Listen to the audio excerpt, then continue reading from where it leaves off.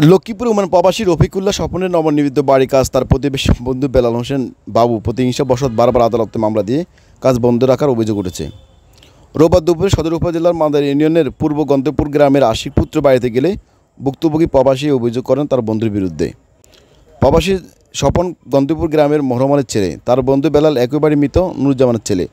এছাড়া বেলালের দুই ভাই খোকন ও মামুনের বিরুদ্ধে একই অভিযোগ করেন ভুক্তভোগী স্বপন। আমি একটা ঘর করতেছি এখানে, আজ 7 মাস মনে করেন ঘরের কাজটা মনে করেন চালু করছি। আমার বিপক্ষে মনে করেন বেলাল, খোকন, মামুন এরা মনে করেন ষড়যন্ত্র করে ঘরের কাজটা বন্ধ করে দিয়েছে। তারা বলছে যে কি সম্পত্তি পাইবে। তো আমি বললাম যে যদি সম্পত্তিটা তোমরা পাও, কাগজপত্র আনি ডকুমেন্ট দিয়ে তোমাদের কাগজ জায়গাটা নিয়ে নাও। তাও তারা না মানি বিভিন্ন ধরনের আমার হরানি করতেছে। মামলা এই পর্যন্ত 3টা করা হয়েছে। মামলা মনে করেন আদালতে একটা মামলা আছে, 2টা খারিজ হয়ে গেছে।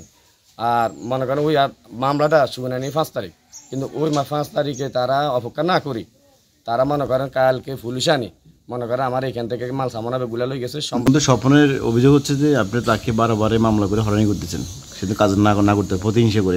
এটা বিষয়টা ব্যাখ্যা দেন একটু। আমি কোনো এর লগে আমার লগে ছোটকাল থেকে ভালো সম্পর্ক। তার সাথে আমাদের হচ্ছে আদালতে জায়গা জমির মামলার বাদী হচ্ছে আমার দাদা মুসলিম গং। আমরা মুসলিম গঙ্গের নাতি, আমার বড় ভাই ডিল করছে, ঠিক আছে। এখানে আমি বাদীও কোনো মামলা স্বপনের বিরুদ্ধে করি না, বা কোনো তার ক্ষতি করার জন্য ওই ধরনের কোনো মামলা কোনো প্রমাণ দিতে এই ধরনের কিছু করি না। বা দেয়নি আইনে আদালতে মামলা চলে দীর্ঘ আজকে 1 বছর 6 মাস 7 মাস হয়ে গেছে আর কি। আদালত আমরা মামলা করছি, আদালত আমাদেরকে অস্থায়ী নিষেধাজ্ঞা দিয়েছে, আমাদের জায়গাতে তারা ভবন নির্মাণ করে। আদালত অস্থায়ী নিষেধাজ্ঞা দিয়েছে। আর এরা বিষয়ে আবার এরা কাগজপত্র জমা দেয় না, দিছে দীর্ঘদিন পরে। দেওয়ার পরে আদালত আবার এটার উপরে থাই নিষেধাজ্ঞা দিয়েছে, এসটি অর্ডার দিছে যে দুই পক্ষের এক পক্ষ পরবর্তী আদেশ বা রায় না দেওয়া পর্যন্ত কোনো কাজ চলমান কোনো কাজ করতে দিত না। ভবন তো থাক দূরে কোনো কাজে করতে দিত না। এখন তারা আদালতের রায় অমান্য করে কাজ করতেছে।